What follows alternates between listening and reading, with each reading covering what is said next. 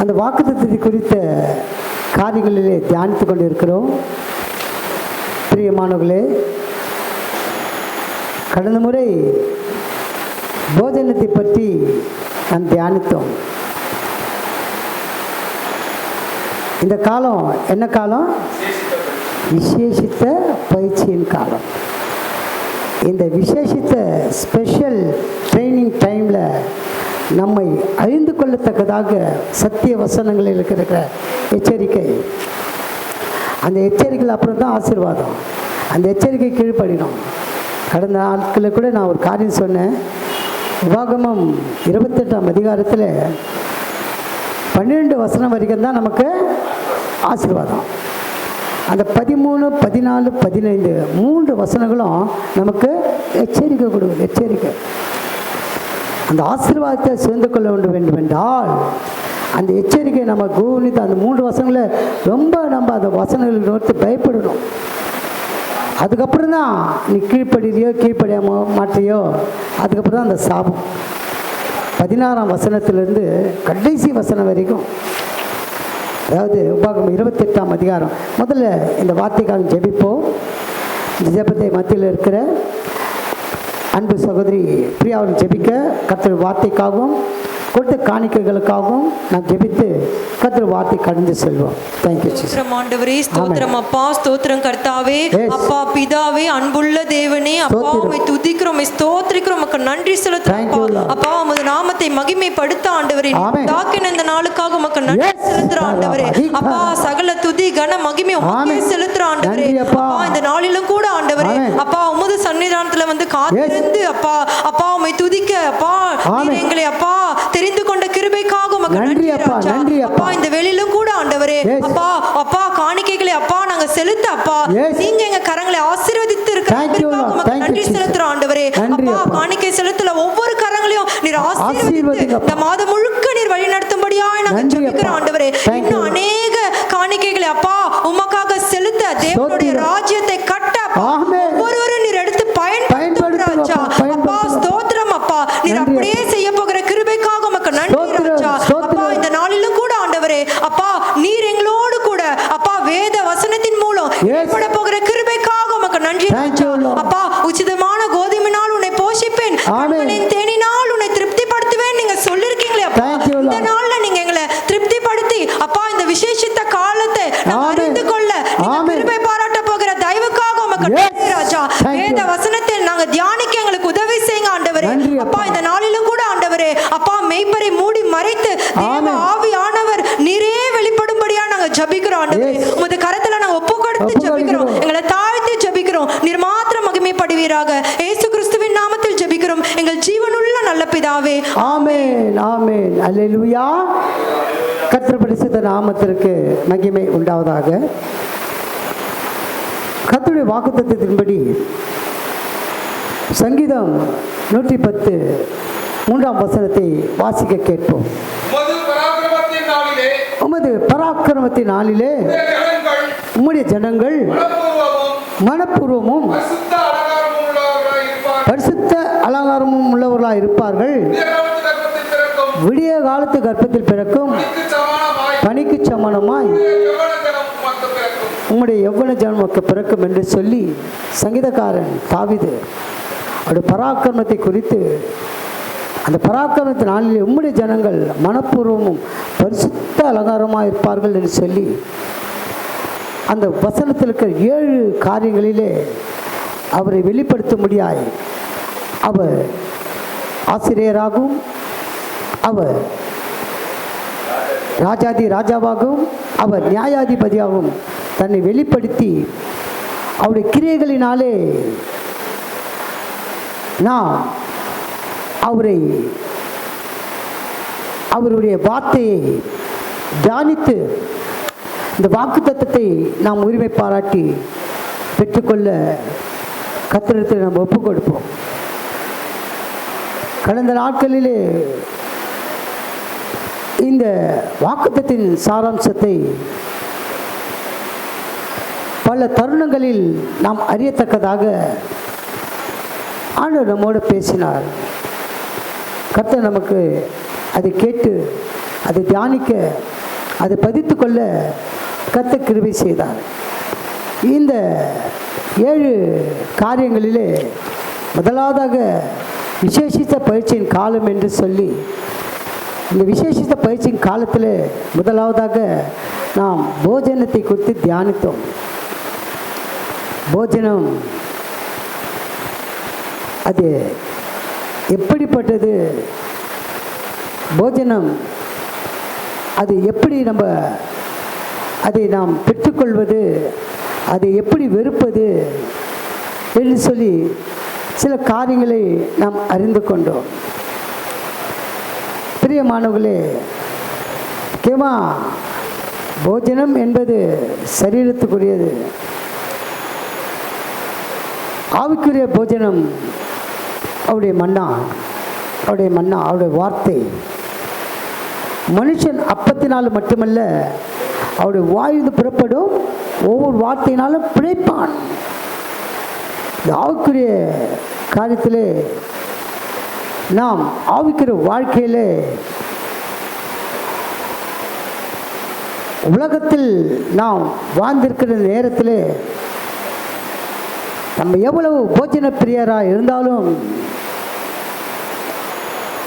அதையும் போஜனத்தை ஏற்றுக்கொள்கிற இந்த வயிறும் கர்த்தர் என்ன பண்ணுவார்? அழிப்பார். வசனம் தான் சொல்லுது.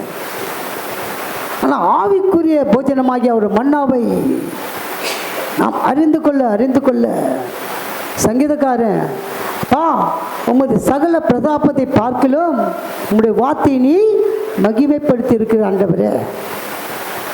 ஏசாயா தீர்க்கதரிசி சொல்றாரு, என் வாய்ந்து புறப்படும் வசனமும் இருக்கும், அது வெறுமையாக எடுத்து திரும்பாமல் அதை அனுப்பின காரியமாகும்படி வாய்க்கும் என்று சொன்னார்.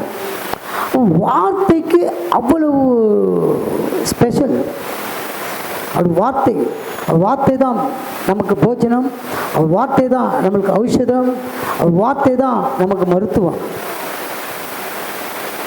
பெரிய மாணவர்களே, அது பக்கம் இருக்க பிரசங்கி வார்த்தையின்படி பிரசங்கின் புத்தகம் 3ஆம் அதிகாரம் 11ஆம் வசனத்தை வாசித்துட்டு இந்த அடுத்த பாயிண்ட்டுக்கு நாம் போவோம். வாசிங்க.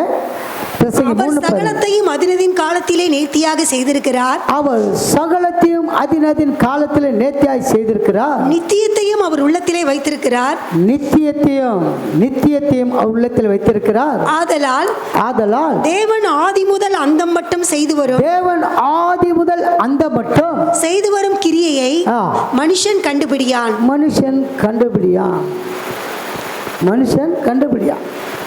ஆதி முதல், உலக தோற்றம் முதல் முடிவு எப்போ நமக்கு தெரியாது.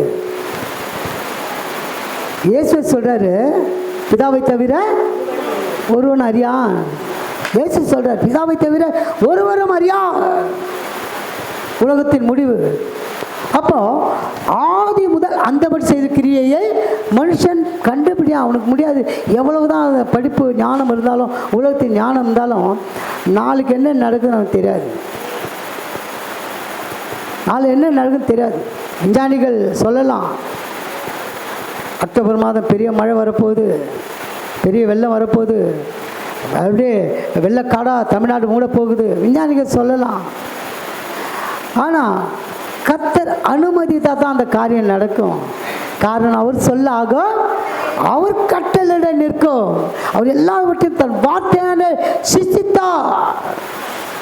சிருஷ்டித்தார். பிரியமானவர்களே, கர்த்தர் தான் எல்லாவற்றையும் அவர் சிருஷ்டித்து எல்லாவற்றையும் நமக்கு ஆளுகை செய்ய அவர் ஒப்பு கொடுத்தார். நீ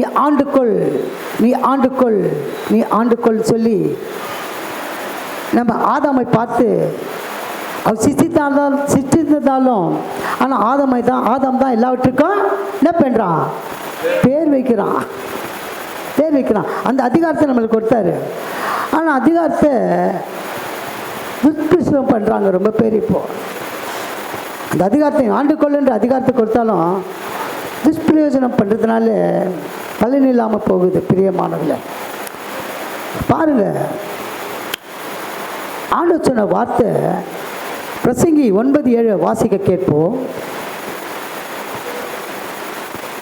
பிரசங்கி 9, நீ போய் உன் ஆகாரத்தை சந்தோஷத்துடன் புசித்து, உன் ஆகாரத்தை சந்தோஷத்துடன் புசித்து, உன் திராட்சரசத்தை மனமகிழ்ச்சியுடன் குடி. உன் திராட்சரசத்தை மனமகிழ்ச்சியுடன் குடி. தேவன் உன் கிரியைகளை அங்கீகாரம் பண்ணி இருக்கிறார். தேவன் உன் கிரியைகளை அங்கீகாரம் பண்ணியிருக்கிறார். அல்லேலூயா. நீ போய் உன் ஆகாரத்தை சந்தோஷத்துடன் புசி. அப்ப அந்த ஆகாரம் எப்படிப்பட்ட ஆகாரமா இருக்க வேண்டும்? அந்த ஆகாரம் எப்படிப்பட்ட ஆகாரமாய் நம்ம எடுத்துக்கொள்ள வேண்டும்? அப்ப அந்த ஆகாரத்தை புசிக்கும் போது எப்படி நமக்கு ஆண்டவர் வார்த்தை சந்தோஷத்துடன் புசி என்று சொன்னாரே, அந்த ஆகாரம் எப்படிப்பட்டதா இருக்க வேண்டும்? அல்லேலூயா. கர்த்தர் பரிசுத்த நாமத்திற்கு மகிமை உண்டாகுங்க. கடந்த வாரம் சொன்னேன், நம்ம கடந்த வாரம் முந்தின வாரம் சொன்னேன், எந்த உணவாக இருந்தாலும் நம்ம வீட்டில் செய்து சாப்பிட்றது நல்லது, நம்ம உடலும் பாதிப்பில்லை, நம்ம பணமும் வீணாகாது அப்படின்னு சொல்லியிருக்கேன். அந்த அந்த அந்த வார்த்தையை நம்ம அப்படியே எடுத்துக்கொள்ள வேண்டும். ஆசைப்பட்டு நம்ம எது எடுத்துக்கொண்டாலும் நம் சரீரத்தில் தான் குலைச்சல் உண்டாகும், பணம் விரயமாகும். அதை நம்ம வாங்கி சாப்பிட்ட பிறகு நம்ம மருத்துவமனைக்கு செல்வோம், உணவை பார்த்துக்கொள்வோம். எந்த அவர் ஆண்டவர் சொன்னார், நீ போய் உன் ஆகாரத்தை சந்தோஷத்தில் புசித்து, சந்தோஷத்தில் புசித்து. அப்போ அந்த ஆகாரம் எப்படிப்பட்ட ஆகாரமாக இருக்க வேண்டும் என்று நாம் நிர்ணயித்துக் கொள்ள வேண்டும் பிரியமானவர்களே. காரணம் என்னவென்றால் அவர் சொல்றாரு, தேவன் கிரியைகளை அங்கீகாரம் பண்ணியிருக்கிறார். உன்னுடைய கிரியைகளை அங்கீகாரம் பண்ணியிருக்காரு. உனக்கு உனக்கு உன்னை ரிஜெக்ட் பண்ணல, அதை அவர் அக்செப்ட் பண்ணுறாரு, அங்கீகாரம் பண்ணுறாரு. அப்போ நம்ம எடுத்துக்கொண்ட உணவுகளை குறித்து ரொம்ப கேர்ஃபுல்லாக இருக்கணும். ஆசைப்பட்டு சாப்பிட்டோம்னா பின்னால் அவஸ்தைப்படக்கூடாது. அல்லேலூயா. கர்த்தர் பரிசுத்த நாமத்திற்கு மகிமை உண்டாதாக. இந்த பாருங்க, உணவு ஒரு பக்கத்தில் இருக்கட்டும், நம்முடைய அலங்காரம் எப்படி இருக்கு? இது பயிற்சியின் காலம், இது பயிற்சியின் காலம். முக்கியமாக தாவீது சொல்றாரு, ஆண்டவரே நான் பரிசுத்த அலங்காரத்தோடு விட தொழுது கொள்ள வேண்டும், பரிசுத்த அலங்காரத்தோடு தொழுது கொள்ளுங்கள் அப்படி சங்கீதக்காரன் எழுதியிருக்காரு. அவர் தொழுது கொள்ளும் போது ஏதாவது டிஸ்டர்ப் பண்ணுறார் நம்மள. ஆவிக்குரிய சபைகளிலே ஏன் வெண்வஸ்திரம் தரிக்க வேண்டும் என்று ஏன் சொல்கிறாங்கன்னா, ஒரு கலர் வெண்வஸ்திரம் ரெகுலர் எப்பவுமே வெளியே தான் வருவாங்க அப்படின்னு தெரியும். ஒரு கலர் சாரியோ வேறு மாதிரி வித்தியாசமான உடைகள் கொண்டு வந்தால் அந்த அந்த நம்முடைய கண்கள் அவங்க மேல் நோக்கமாயிடும், நம்மகிட்ட பரிசுத்தம் குளிச்சல் ஆகிடும். நல்லா புரிஞ்சுக்கோங்க, நல்லா புரிஞ்சுக்கோங்க. அவர் நியமனம் கொடுத்துருக்காரு, ஆண்டு நியமனம் கொடுத்தாரு. பிரசங்கி சாலமோன் அவன் உடுத்தாத உடைகளே இல்லை, அவன் சாப்பிடாத உணவுகளே இல்லை. ஆனால் பிரசங்கில அவன் சொல்லிட்டான், எல்லாம் மாயை, வேஸ்ட்டான், மாயை, ஒன்றுமே இல்லை, ஜீரோ ஜீரோ. அப்போ நம்முடைய அலங்காரம், நம்ம உடைய அலங்காரம், நம்ம எண்ணங்கள், நம்முடைய நடைகள், நம்முடைய பாவனைகள், நம்முடைய வார்த்தைகள் ஆண்டவர் அங்கீகாரம் பண்ணணும். இந்த வார்த்தை அதுதான். இப்போ ஆகாரத்தை சந்தோஷம் புசித்து திராட்சை ரசத்தை மனமகிழ்ச்சியை குடி, தேவன் கிரியைகளை அங்கீகாரம் பண்ணியிருக்கிறார். நம்முடைய கிரியைகள் எப்படிப்பட்ட கிரியைகளாக இருக்கிறது? இது பயிற்சியின் காலம் இருப்பதினால் எச்சரிக்கையோடு வாழ நாளில் நம்ம அர்ப்பணிக்க வேண்டும் பிரியமானவர்களே. எல்லாவற்றையும் மேலாக அவரை நம் மூலமாக பிரதிபலிக்க வேண்டும். ஆண்டவரே, என்னை காண்பவர் உம்மை காணட்டும். ஆண்டவரே, என்னை காண்பவர் உம்மை காணட்டும். அப்படி கிருபை எனக்கு கொடுங்கப்பா, அப்படி கிருபை எனக்கு கொடுங்கப்பான்னு சொல்லி நாம் கேட்டு பெற்றுக்கொள்ள தீர்மானிக்க வேண்டும். பிரியமானவர்களே, தீர்மானிக்க வேண்டும். 2 சாமுவேல் 1:19 1ஆம் அதிகாரம் 2 சாமுவேல் 1ஆம் அதிகாரம் 19ஆம் வசனத்தை வாசிக்க கேட்போம். இஸ்ரவேலின் அலங்காரம், நல்லா புரிஞ்சுக்கோங்க. இஸ்ரவேலின் அலங்காரம் நம்ம ஆவிக்குரிய இஸ்ரவேலர்கள். இஸ்ரவேலின் அலங்காரம் எதில் விழுந்து போனாங்க பாருங்க, படிங்க. இஸ்ரவேலின் அலங்காரம் உயர்ந்த ஸ்தானங்களில் அதுமாயிற்று. எங்க உயர்ந்த ஸ்தானங்களில் அதமாயிற்று, முடிஞ்சு போச்சு. பராக்கிரமசாலிகள் விழுந்து போனார்கள். அதனால இஸ்ரவேலில் பராக்கிரமசாலிகள் விழுந்து போனார்கள். அவங்க அலங்காரம் எப்படிப்பட்ட அலங்காரம்? அவங்க அலங்காரம் எப்படி இருந்தது? அழைத்து கொண்ட மோசையே அவங்க முறுமுறுத்தாங்க. நிர்விசாரமாய் ஆண்டவரை அலக்கழித்தாங்க. நாங்கள் எகிப்தில் இருந்தாலும் நல்லா இருந்திருக்கோம், அங்கே எல்லாம் எங்களுக்கு கழிச்சுது. இதில் அடிமைத்தனத்தில் எல்லாம் கழிச்சுது. நீ எங்களை எங்கே சாப கொடுக்க கொண்டு வந்த, நாங்கள் செத்து போக எங்களை கொண்டு வந்த. இஸ்ரவேலின் அலங்காரம் உயர்ந்த ஸ்தானங்களில் ஆண்டவர் பாலும் தேனும் ஓடுகிற கானானை கொடுப்பேன்னு கொண்டு வந்தார். இனி தொழுது கொள்ள கொண்டு வந்தார். முறுமுறுப்பு. தேவ மனுஷன் மோச இடத்துல அவங்களுக்கு எதிர்பார்ப்பு. அவர் எதிர்த்தார்கள். மோச இடத்துல தங்களை கெடுத்து போட்டார்கள். அவங்க அலங்காரம் அதமாயிற்று. அவருடைய பராக்கிரமசாலி விழுந்து போனார்கள்.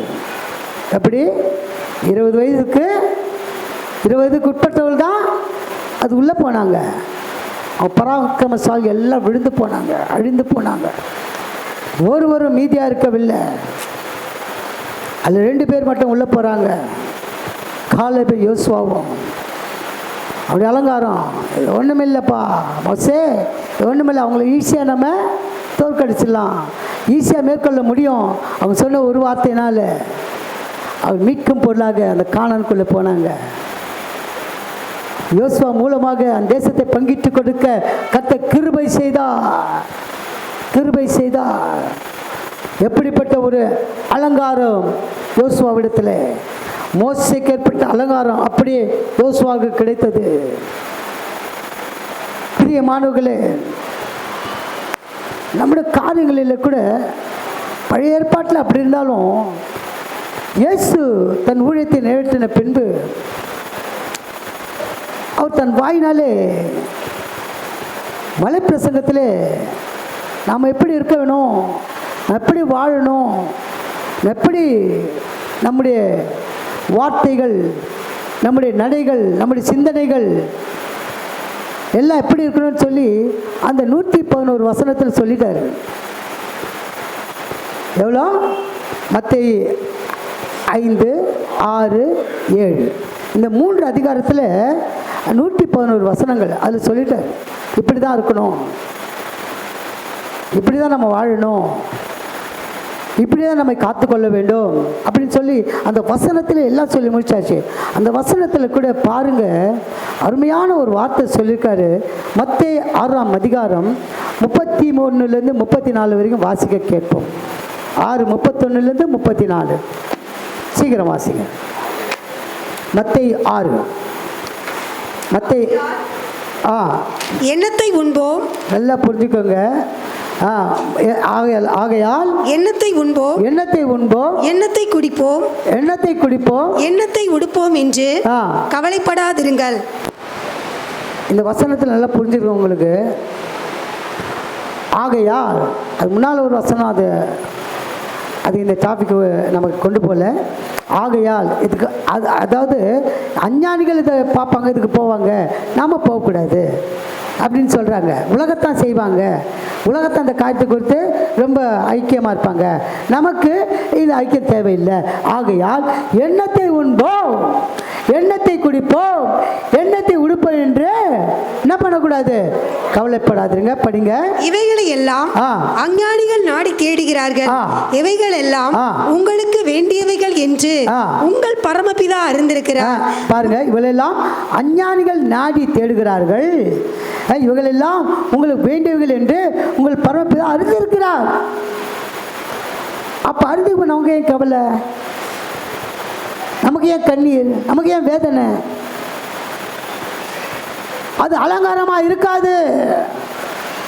எண்ணத்தை உண்போம், எண்ணத்தை உடுத்துவோம், எண்ணத்தை குடிப்போம் என்று நாம் என்ன செய்யக்கூடாது, அதை குறித்து கவலைப்படாதீங்க. அது அலங்காரம் அல்ல, அலங்காரம் அல்ல. எது நமக்கு அலங்காரம்? படிங்க சிஸ்டர். முதலாவது தேவனுடைய ராஜ்யத்தையும் அவருடைய நீதியையும் தேடுங்கள். தேவனுடைய ராஜ்யத்தையும் நீதியையும் தேடுங்கள், அப்பொழுது இவைகளெல்லாம் உங்களுக்கு கூட கொடுக்கப்படும். பாருங்க, அவர் கேள்வி கேட்டாரு, அதுல பதிலே சொல்லிட்டாரு, பதிலே சொல்லிட்டாரு. 7th டே போறவங்களாம் பாருங்க, அவங்க தான் பாருங்க ரொம்ப அந்த வசனத்தை அப்படியே பிடிச்சிட்டாங்க. அவங்க அந்த நாளிலே எந்த வேலைகளும் செய்ய மாட்டாங்க, எந்த வேலைகளும் செய்ய மாட்டாங்க, எந்த வேலையும் செய்யாமல் வெள்ளிக்கிழமை செய்ததை சனிக்கிழமை சாப்பிடுவாங்க. அவங்க ஒரு நாள் விட்டு சாப்பிடுவாங்க, அந்த நாளில் எதுவும் செய்ய மாட்டாங்க. ஏன்னா நம்ம ஆண்டவரை தேடி போகும்போது இந்த காரியத்தில் நாம் யோசித்தோம்னா அது அலங்காரம் அல்ல. முதல் தேவனுடைய ராஜ்யத்தை அவர் நீதியை தேடுங்கள், அப்போது இவெல்லாம் உங்களுக்கு கூட கொடுக்கப்படும் சொன்னார்ல. அப்போ அந்த பரிசுத்தம் நமக்கு தேவைனா, பரிசுத்தமாக தேடும்போது அவரை கண்டெடுத்தக்கதாக, அவர் கிருபைகளை கேட்டு பெற்றுக்கொள்ளத்தக்கதாக, அவர் நன்மைகளை கேட்டு பெற்றுக்கொள்ளத்தக்கதாக கர்த்தர் கிரியை செய்வார், கிருபை தருவார். அடுத்த வசனம் வாசிங்க சிஸ்டர். ஆகையால் நாளைக்காக கவலைப்படாதிருங்கள், நாளைய தினம் தன்னுடையவர்களுக்காக கவலைப்படும், அந்தந்த நாளுக்கு அதினதின் பாடு போதும். அல்லேலூயா. கர்த்தர் பரிசுத்த நாமத்திற்கு மகிமை உண்டாவதாக. கிறிஸ்துவ வாழ்க்கையில் பாடுகள் வரும், ஆனால் பாடுகளை நேற்று ஓடினால் நம் விசுவாசத்தை இழந்து போவோம். விசுவாசனுக்கு எல்லாம் கூடும். அந்த வசனத்தை நம்ம மனதில் வைத்துக் கொள்ளுங்க. ஆண்டவர் சொன்னார், ஆகிய நாளைக்காக கவலைப்படாதீர்கள், நாளை தினம் தன்னுடைய கவலைப்படும், அந்த நாளுக்கு அதினதின் பாடுகள் போதும் போதும்.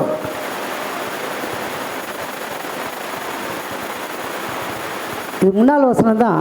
அந்த பாடுகள் நம்ம வராது இருக்கிறதுக்கு ஆண்டவர் முதலாவது தேவனுடைய ராஜ்யத்தையும் அவர் நீதியை தேடுங்கள், அவர் நீதியை தேடும், பிறகு எல்லாம் கூட கொடுக்கப்படும். அப்போ அந்த பாடுகள் ஒன்றுமில்லாத ஆகிப்போச்சு, சீரவாய்ப்போச்சு, நெல் பொருள் ஆகிப்போச்சு. கர்த்தர் பரிசுத்த நாமத்திற்கு மகிமை உண்டாவதாக. பிரியமானவர்களே, இதிலே பாருங்க, 25 வசனத்தை வாசிக்க கேட்போம். இதே அதிகாரத்தில் 25 வசனம். ஆகையால் எண்ணத்தை உண்போம், எண்ணத்தை குடிப்போம் என்று உங்கள் ஜீவனுக்காகவும், ஆகையால் எண்ணத்தை உண்போம், எண்ணத்தை குடிப்போம் என்று உங்கள் ஜீவனுக்காகவும், எண்ணத்தை உடுப்போம் என்று உங்கள் சரீரத்துக்காகவும் கவலைப்படாதிருங்கள் என்று உங்களுக்கு சொல்லுகிறேன். ஆகாரத்தை பார்க்கிலும் ஜீவனும், உடையை பார்க்கிலும் சரீரமும் விசேஷித்தவைகள் அல்லவா? கரங்களை தட்டி கர்த்தர் நாமத்தை மகிமைப்படுத்துவோம். ஆகாரத்தை பார்க்கிலும் ஜீவன், ஆகாரத்தை பார்க்கிலும் ஜீவன், உடையை பார்க்கிலும் சரீரம் விசேஷித்தவைகள். உடையை குறித்து ஆண்டவர் முதல்ல எழுதிட்டார், ஆதியாகமத்தில் எழுதிட்டார். நம்ம ஒரு பண்டிகை வந்தால் போதும், யாருன்னா ஒரு டிசைனாக அந்த saree போடும். அதுதான் கலர் saree நம்ம பார்த்தா நம்ம பரிசுத்தை கெட்டு போகுன்றதுனால தான் ஒயிட் அண்ட் ஒயிட்டில் வர சொல்கிறோம், வேறு ஒன்றும் இல்லை. தவறாக நினச்சிக்காதீங்க. ஏசிய சபையிலலாம் தவறாக நினச்சிக்காதீங்க. ஒயிட் அண்ட் ஒயிட்டில் இருந்தால் தான் திருவந்தை கொடுப்பாங்க, அப்படிலாம் இருந்தது. இப்போ எல்லாம் மாறிப்போச்சு, ஏசியில் எல்லாம் மாறிப்போச்சு. இன்றைக்கும் சில சபைகளிலே பாஸ்டர் போய் கேட்பார், இன்றைக்கே இந்த உடையில் வந்திருக்கீங்க, கலர் உடையில். பரிசுத்தத்துக்காக சொல்ல, சில கண்கள் நம்ம நோக்கமாக இருக்கக்கூடாது, பரிசுத்த குலைச்சல் ஏற்படுத்தும். இந்த சீரியல் ஒருவருக்கு நம்ம யாராக இருக்கக்கூடாது, இடரெல்லாம் இருக்கக்கூடாது, இடரெல்லாம் இருக்கக்கூடாது. பிரியமானவர்களே, இன்றைக்கும் ஒரு டிசைனர் saree டிசைன்ஸ் இப்போ பாருங்கள், வித்தியாசமான உடைகள்லாம் வந்துடுச்சு. வித்தியாசமான உடைகள் எப்படி சொல்கிறது, ஆண்டவர் வார்த்தை சொல்லியிருக்கு. உடைகளை குறித்து நான் இன்றைக்கி அலங்காரத்தை குறித்து நான் பேச போகிறேன். நேரம் நமக்கு ஒத்துழைச்சதுன்னா கரெக்டாக 12 கால் முடிச்சிடுறேன். ரொம்ப முக்கியம். ஆண்டவர் என்ன சொன்னார், சரீரத்தை உடை பார்க்கலாம் சரீரம் என்ன விசேஷித்தது, ஆகாரத்தை பார்க்கலாம் ஜீவன் விசேஷித்தது. அப்போது இதை குறித்து நீங்கள் கவலைப்படாதீங்க. அன்று பாவம் செய்ததினால் அவங்க நிர்வாணத்தை மறைக்க ஆண்டவர் இடத்துல ஒளிந்து கொண்டாங்க. இது பெரிய ரகசியம். இது இதெல்லாம் நடக்கணும் முன்னாலே தெரியும் ஆண்டவருக்கு.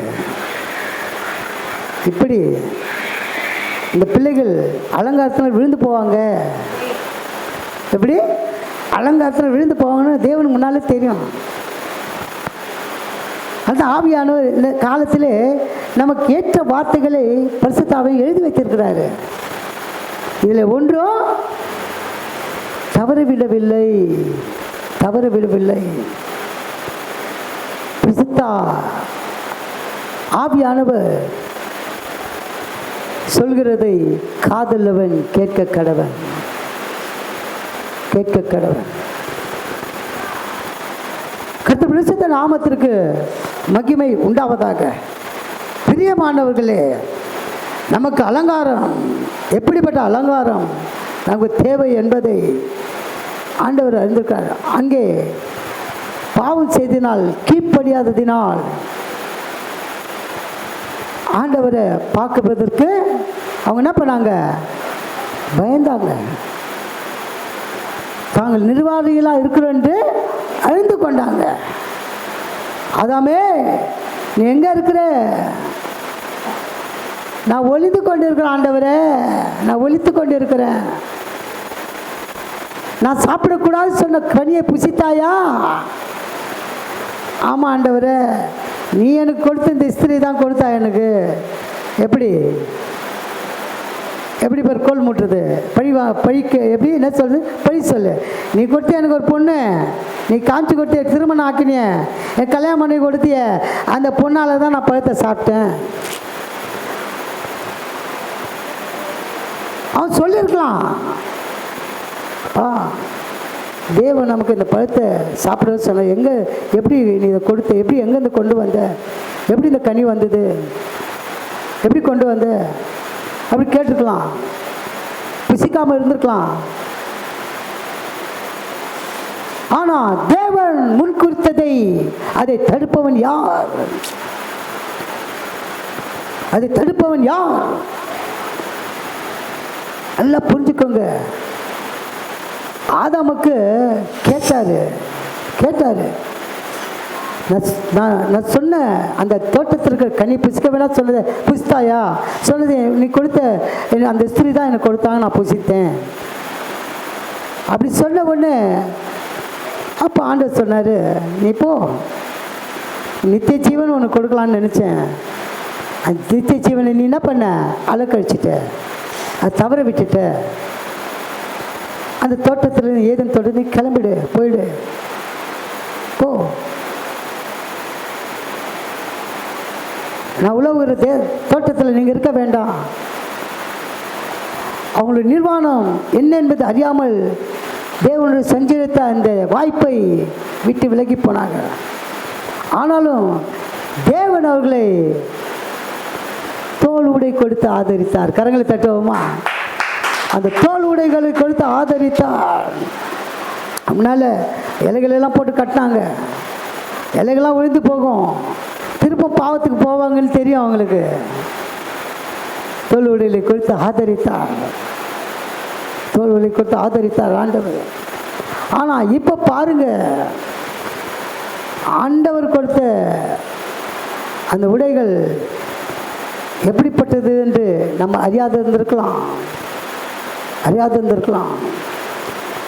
அந்த உடைகளினாலே அவங்க சரீரம் மாத்திரமல்ல, அவருடைய எல்லாவற்றையும் கர்த்தர் அதிலிருந்து அதை பாதுகாத்தார்.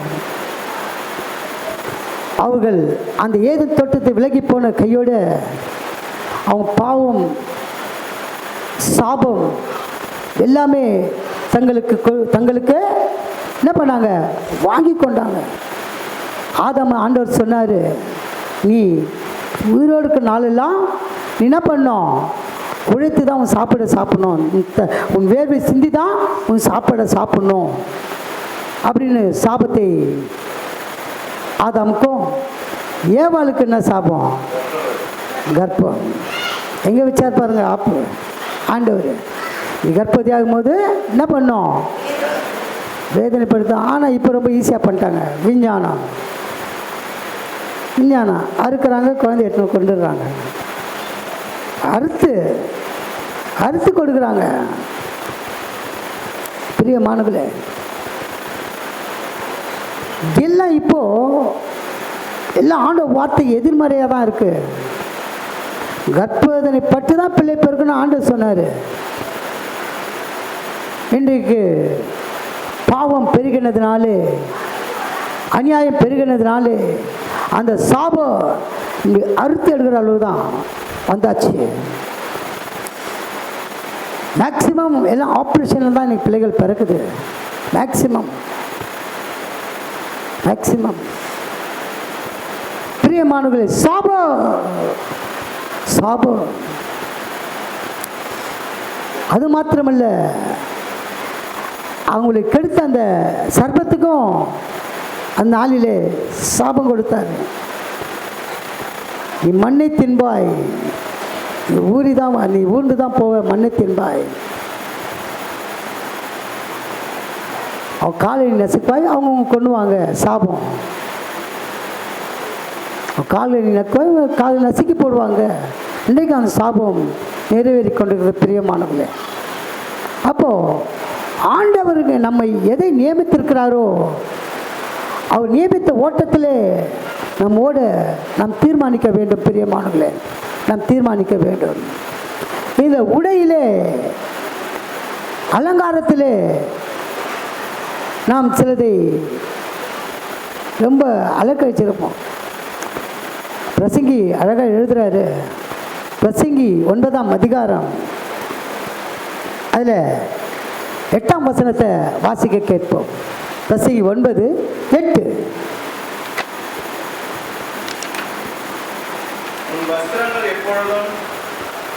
படிங்க, கரெக்ட்.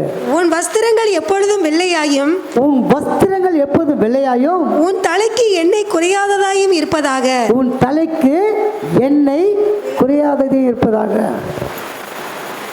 2 அபிஷேகத்தை குறிக்கிறது. 2 அபிஷேகத்தை குறிக்கிறது. இன்னைக்கு பிள்ளைகள் எண்ணெய் போடுறத நான் பார்க்க அரியதாக இருக்குது. எண்ணெய் போட மாட்டேன். யாராக இருந்தாலும் எண்ணெய் அபிஷேகத்தை குறித்து, அலங்காரத்தை குறிக்கிறது. லூஸ் ஏர், என்னது லூஸ் ஏர், லூஸ் ஏர். என்னை ஆண்டவர் பிரசங்கி சொல்கிறார். பிரசங்கியை அனுபவிக்காத அனுபவமே இல்லை அவர் சொல்கிறாரு, உன் தலைக்கு எண்ணெய் குறைவாக இல்லாத இதையும், உன் உடை எப்படி இருக்கும், உன் வஸ்திரங்கள் உடைகள் வஸ்து எப்போதும் வெள்ளையாயோ, உன் தலைக்கு எண்ணெய் குறையாததையும் இருப்பதாக.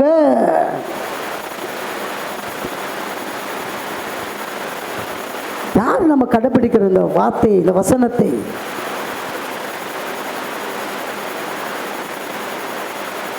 அல்லேலூயா. கர்த்தருடைய பரிசுத்த நாமத்திற்கு மகிமை உண்டாவதாக. ஆண்டவர் இந்த காரியத்தை குறித்து முன்னாலே உபாகமத்தில் எழுதியிருக்காரு. உபாகமம் 22ஆம் அதிகாரம், உபாகமம் 22ஆம் அதிகாரம் 5ஆம் வசனத்தை வாசிக்க கேட்போம். புருஷரின் உடைகளை ஸ்திரீகள் தரிக்கலாகாது. நல்லா புரிஞ்சுக்கோங்க. புருஷன்னா ஆண்கள்னு வச்சுங்களேன். ஆண்கள் பேண்ட் ஷர்ட்டு போடுறாங்க, பெண்கள் போடலாமா? அது வேஷம் தருகிறா இருந்தாலும் இன்றைக்கு அஞ்ஞானிகள் பணம் சம்பாதிப்பதற்காக, இன்னைக்கு அவ்வளோ பிழைப்புக்காக தங்களை அலங்கரித்து கொள்கிறாங்க. பெண் வேடம் போட்டு தங்களை அலங்கரித்து கொள்கிறாங்க. ஆண்டவர் எழுதியிருக்கார் பாருங்க, படிங்க சிஸ்டர். புருஷரின் உடைகளை ஸ்திரீகள் தரிக்கலாகாது. புருஷன் உடைகளை ஸ்திரீகள் தரிக்கலாகாது. ஸ்திரீகளின் உடைகளை புருஷர் தரிக்கலாகாது. ஸ்திரீகளின் உடைகளை புருஷர் தரிக்கலாகாது. அப்படி செய்கிறவர்கள் எல்லாரும் உன் தேவனாகிய கர்த்தருக்கு அருவருப்பானவர்கள். அருவருப்பான நாம தரிக்க மாட்டோம், நல்லா தெரியும். நம்ம ஸ்திரீகள், நம்ம சகோதரிகள் பேண்ட் ஷர்ட் போட்டு வருவாங்களா? வேலை செய்கிறவர்களுக்கு அது யூனிஃபார்ம், அது போடக்கூடாதுன்னு தான் சொல்கிறார் ஆண்டவர். அருவருப்புன்றார். அருவருப்பானது. இப்போ மேக்சிமம் எல்லா கம்பெனிகளிலும் லேடிஸ்க்கு பேண்ட் ஷர்ட் தான், அதான் யூனிஃபார்ம். அதான் யூனிஃபார்ம். அவர் என்ன சொல்கிறாருன்னா, வேலை காரியத்திலே அதை உடுத்தலாம், ஆனால் சபைக்குள்ளே வரும்போது நம்ம உடுத்தலாகாது. அது அருவருப்பானது. உம்முடைய கண்கள் உன் பரிசுத்தத்தை கெடுக்கும், பரிசுத்த குலைச்சல் உண்டாகும்.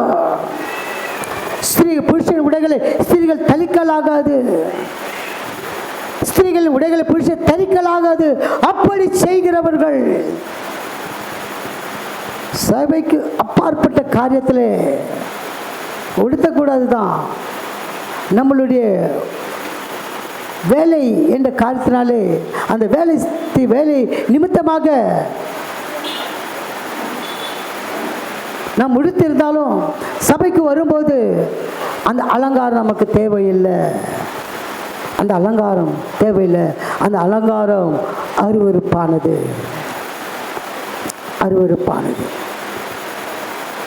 இன்றைக்கு ரொம்ப வாழ்வு பிள்ளைகளை பார்க்குறேன், என்னையே போட மாட்டாங்க. அப்படியே அந்த ஏரை லூஸாக வச்சுட்டு பந்து வச்சுட்டு ஒரு ரிப்பன் கூட கட்ட மாட்டேன்றாங்க. அப்படியே தொங்க விட்டுட்டு அப்படியே ஏராக போகிறாங்க. சபைக்குள்ளே வரும்போதே நான் முக்காடியிட பழகி கொள்ள வேண்டும். எல்லா ஸ்திரீகளும் உகந்தது, முக்காடிட்டு பழகி கொள்ள வேண்டும். அதான் நமக்கு அபிஷேகம், அனாயிண்டிங். ஆவியானவரின் அந்த காரியத்தில் நாம் கீழ்ப்படிய வேண்டும் பிரியமானவர்களே. அப்போ இந்த காரியத்தில் நாம் கர்த்தரை அருவருப்பாக்குறோமா? சிந்தித்து பார்ப்போம்.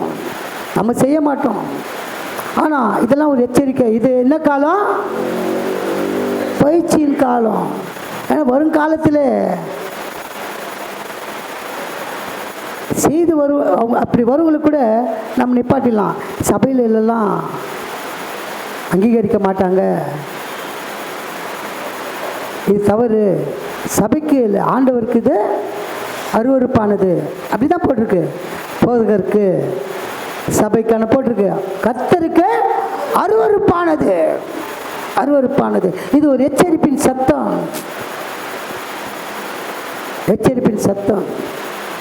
ஆண்டவர் 40 நாளில் நீங்கள் இந்த தேசத்தை வந்து அடைந்தெல்லாம் சொல்லும்போது அவங்க முதல்ல காலை வச்சவனே ஒரே முறுமுறுப்பு தான். எங்களுக்கு இறைச்சி இல்லை, எங்களுக்கு என்ன இல்லை, தண்ணி இல்லை அப்படின்னு சொன்னாலும் அவர் 40 வருஷம் சுத்த விட்டார். அது வேறு டாபிக், அதை விடுங்க. சொன்னதுனால 40 வருஷம், 40 நாளில் காணக்குள்ளே வர வேண்டியங்க 40 வருஷமாக சுற்றினுக்கிறாங்க. அப்படியே சுற்றி செங்கடலை கடக்கிறாங்க, எரிகோ கடக்கிறாங்க. எந்தெந்த எத்தனையோ தேசத்தை கடந்து சத்துரு கையில் பிடிபடுறாங்க, விரோதமாக யுத்தம் வருது, எவ்வளோ காரியங்கள் மேற்கொள்கிறாங்க அவங்க. இருந்தாலும் அவன் 40 வருஷம் அவங்க சுற்றி வந்தாலும் அவங்களுக்கு ஒரு ஆசீர்வாதம் கொடுத்தாரு. தோல் உடையை கொடுத்து ஆதரித்தார்ல, உடைகள் பழமையாக போல அவள் கால் வீங்கவும் இல்லை. கரங்களை தட்டி கர்த்தர் நாமத்தை மகிமைப்படுத்தும். ஸோ ஆண்டவர் நிராகரிக்கிற காரியங்களில் நம்ம ரொம்ப கேர்ஃபுல்லாக ஹேண்டில் பண்ணோம். இதானே பரவாயில்லன்னு சொல்லிட்டேன்னா அங்கே தான் சாத்தான் பிசாசு உங்களுக்கு கிரியை செய்வான். பரவாயில்ல, இது தானே, நீங்கள் ஒரு நாள் தானே, நீங்கள் ஒரு நாள் சபைக்கு போகலன்னா என்ன, ஆண்டவர் நான் நம்மளை அடிச்சிட போகிறாரு. ஒவ்வொரு காரியமும் நம்ம ரொம்ப கேர்ஃபுல்லாக ஹேண்டில் பண்ணணும். நம்ம பயிற்சி எடுத்துக்கொள்ள வேண்டும். நம்ம ட்ரைனிங் ஆகணும்.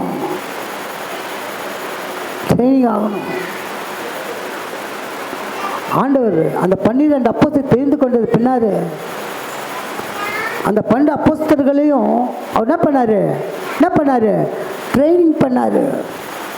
உடனே இப்போ சுவிசேஷம் சொல்லுனாரா? இல்லை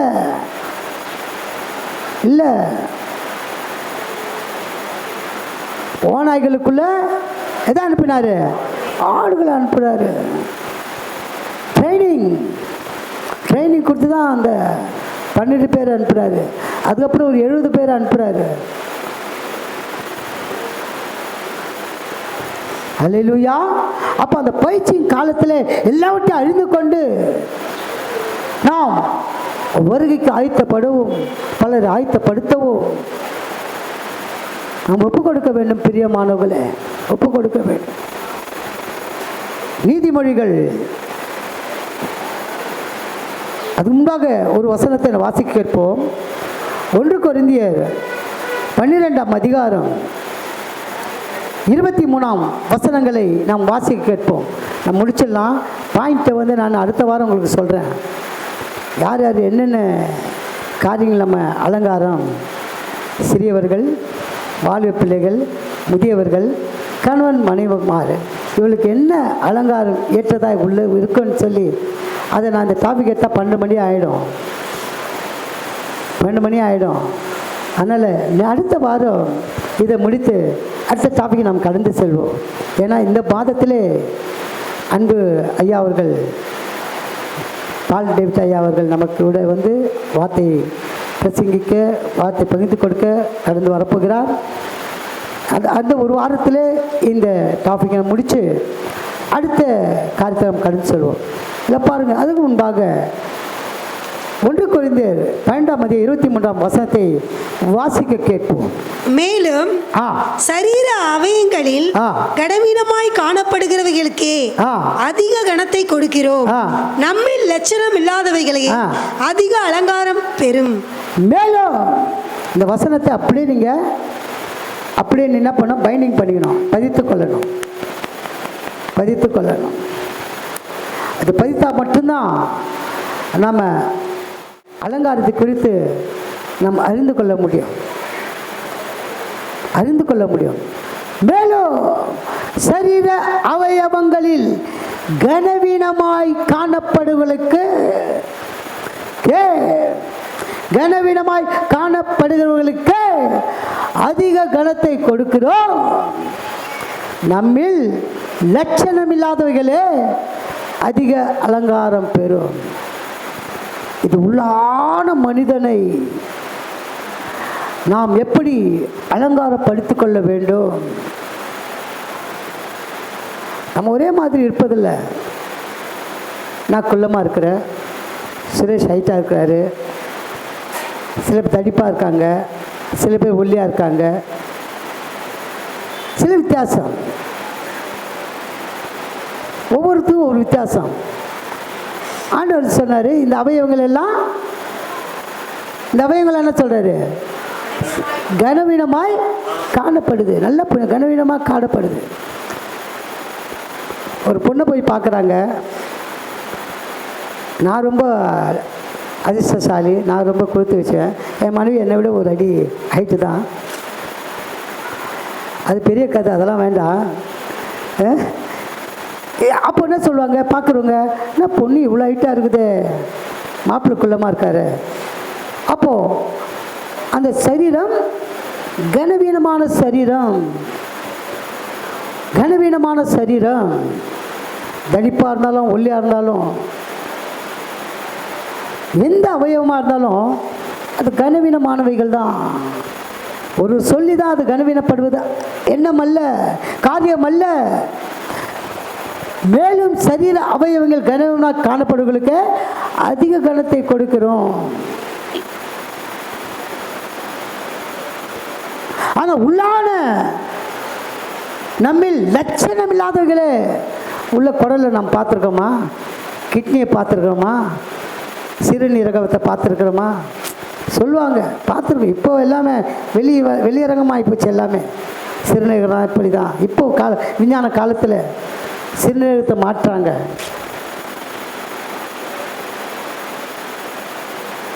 சிறுநீரகத்தை மாற்றுறாங்க, இதயத்தை கூட மாற்றுறாங்க, மாற்றி தராங்க. ஆனால் ஒன்று தான் நான் கண்டுபிடிக்க முடியல. எதை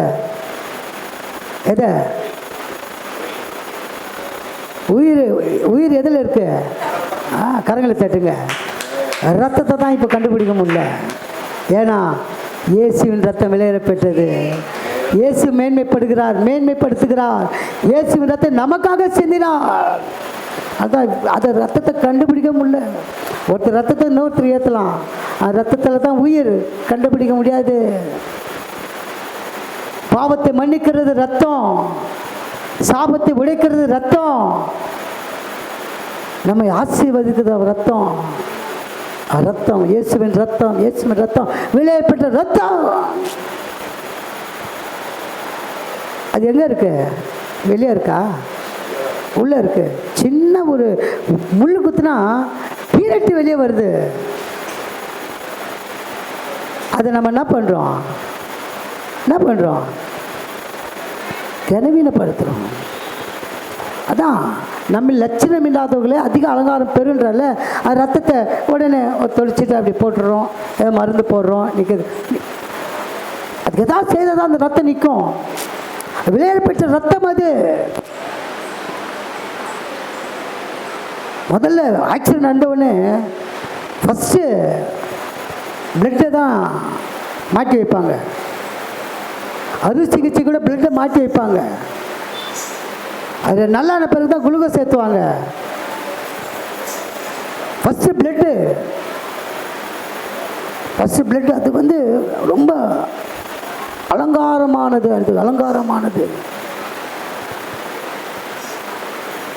அவர் சிந்திய ரத்தத்தை நம்ம அசட்டை பண்ணக்கூடாது பிரியமானவர்களே. அந்த அலங்காரம் நமக்கு இருக்கா? இயேசுவே, என் பாவத்திற்காக, என்னுடைய முன்னோர்கள் சாபத்திற்காக நீ உண்மையே கொடுத்தீர். ரத்தத்தை கடைசி சொட்டு ரத்தத்தையும் கடைசி சொட்டு தண்ணீரையும் எனக்காக இழந்து அவனுக்கு என்ன செய்வான்? ஆண்டவரே, என்னை நான் அலங்காரப்படுத்திக் கொள்ள வேண்டும். அப்பா, என்னை பரிசுத்த அப்பா, உண்மை பரிசுத்த அலங்காரத்தோடு நான் தோது கொள்ள வேண்டும். ஆண்டவரே, தோந்து கொள்ள வேண்டும் என்று சொல்லி சரீர அவயவங்களில் கனவீனமாய் காணப்படுவதற்கு அதிக கனத்தை கொடுக்கிற நாம்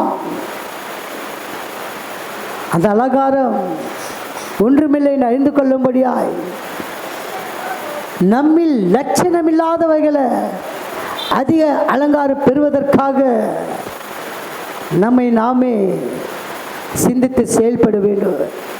இந்த பயிற்சி காலத்தில் அலங்காரம், எப்படிப்பட்ட அலங்காரம் நமக்கு வேண்டும் என்று வருட வாரத்திலே நாம் தியானித்து இந்த ஆசீர்வாதத்தை நாம் பெற்றுக்கொண்டு நாம் அவர் வருகைக்கு ஆயத்தப்படவும் பலரை ஆயத்தப்படுத்தவும் நம்ம ஒப்பு கொடுப்போம்.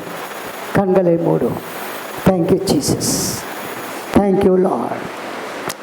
நன்றி அப்பா. தகப்பனே, வார்த்தையின்படி தகப்பனே, அவர் சகலத்தையும் அதினத்தின் காலத்திலே நீ நேர்த்தியாய் செய்திருக்கிறீர் என்று நாங்கள் அறிந்திருக்கிறோம். ஆண்டவரே அப்பா,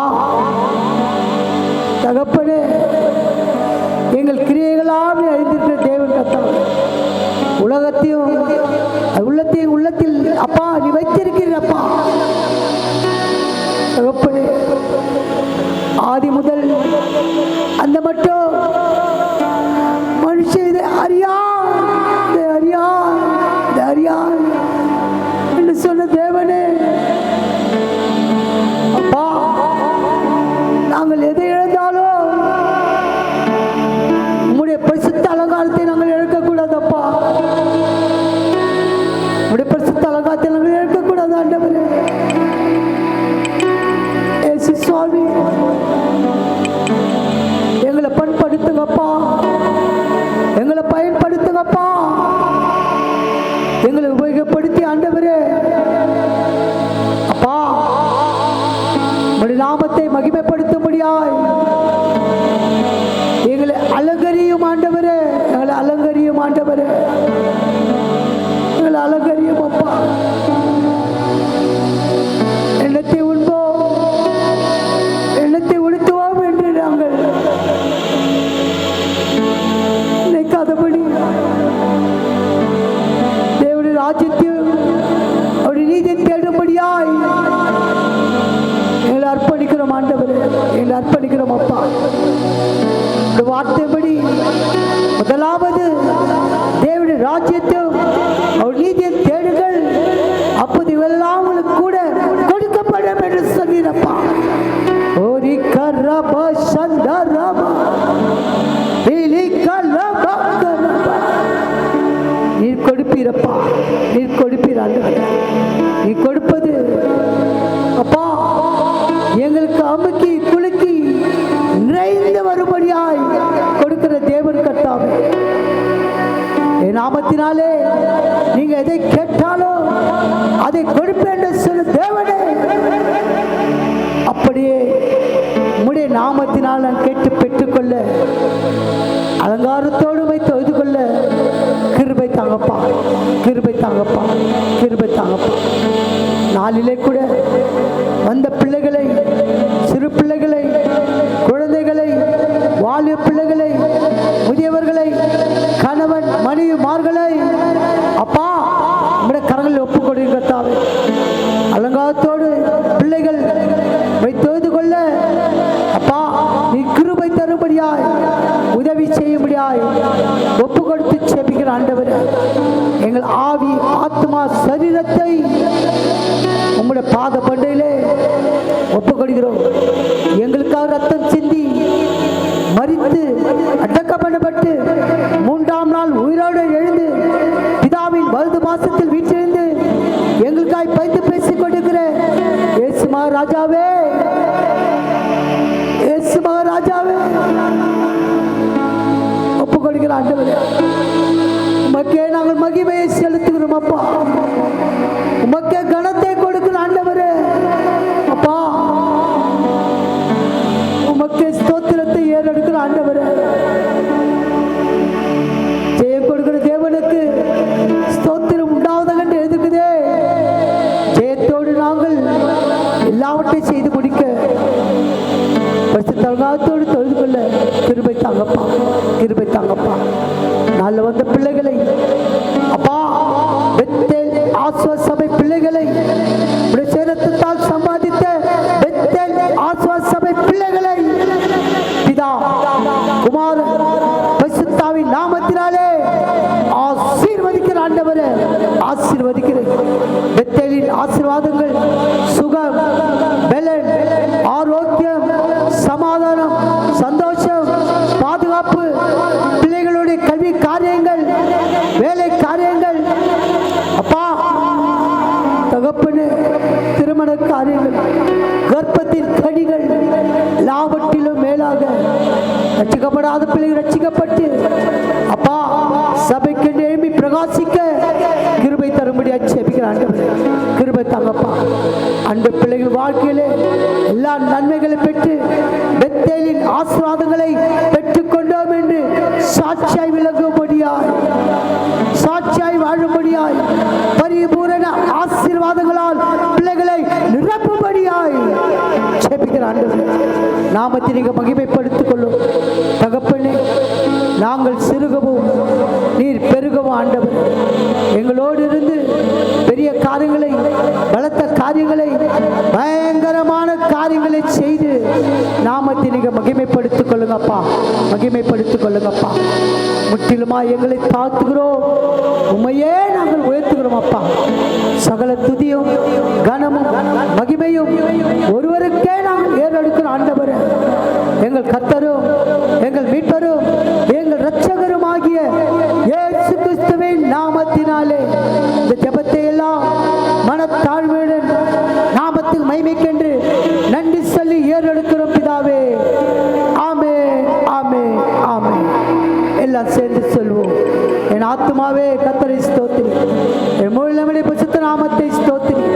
என் ஆத்துமாவே கர்த்தரை ஸ்தோத்திரி, கர்த்தர் செய்த சகல உபகாரங்களை மறவாதே. ஆமென், ஆமென். பரமண்டலில் இருக்கிற எங்கள் பிதாவே, உம்முடைய நாமம் பரிசுத்தப்படுவதாக, உம்முடைய ஆட்சியம் வருவதாக, உம்முடைய சித்தம் பரலோகத்தில் செய்யப்படுவது போல பூமியில் செய்யப்படுவதாக. வேண்டிய ஆகாரத்தை எங்களுக்கு தாரும். எங்கள் கடனாளிகளுக்கு நாங்கள் மன்னிக்கிறது போல எங்கள் கடன்களை மன்னியும். எங்களை சோதனைக்கு உட்படப்படாமல் தீமையிலிருந்து ரட்சித்துக் கொள்ளும். ராஜ்யமும் வல்லமையும் மகிமையும் என்னிடம் உடையவர்களே. ஆமென். அல்லேலூயா, அல்லேலூயா, அல்லேலூயா.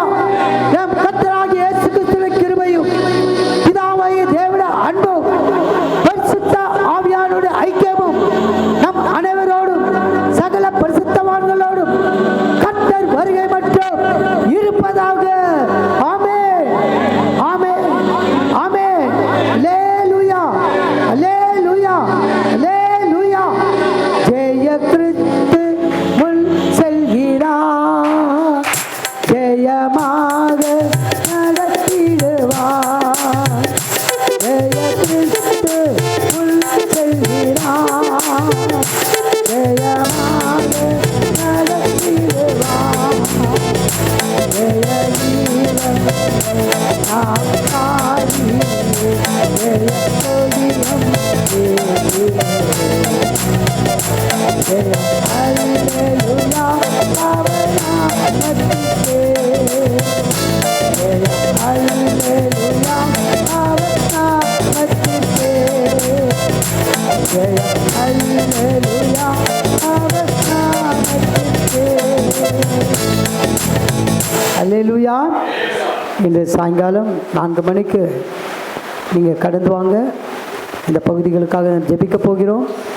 அதே போல் அடுத்த வாரம் சனிக்கிழமை எல்லாம் குடும்பமாக கலந்து கொள்ளுங்கள். தேவ ஆசீர்வாதத்தை பெற்றுக்கொள்ளுங்கள். அந்நாளிலே நம் மத்தியிலே அன்பு இவாஞ்சலிஸ்ட் சகோதரர் பீட்டர் ரயான் அவர்கள் வந்து குடும்பத்திற்காக ஜெபிக்க போகிறார். ஜெபத்தை கலந்து கொள்ளுங்கள். அதே போல் கர்த்தர் சித்தமானால் அன்பு போதகர் பீட்டர் ஐயா இந்த அமாவாசை ஜெபத்துக்கு கர்த்தர் சித்தமானால் வர நாம் அவரை வரவேற்போம். அந்த நாளிலே கூட நீங்கள் அந்த இரவு ஜெபத்தில் கலந்து கொள்ளுங்கள். கர்த்தர் ஆசீர்வதிப்பார், உங்களோட கூட இருப்பார். ஆமென், ஆமென்.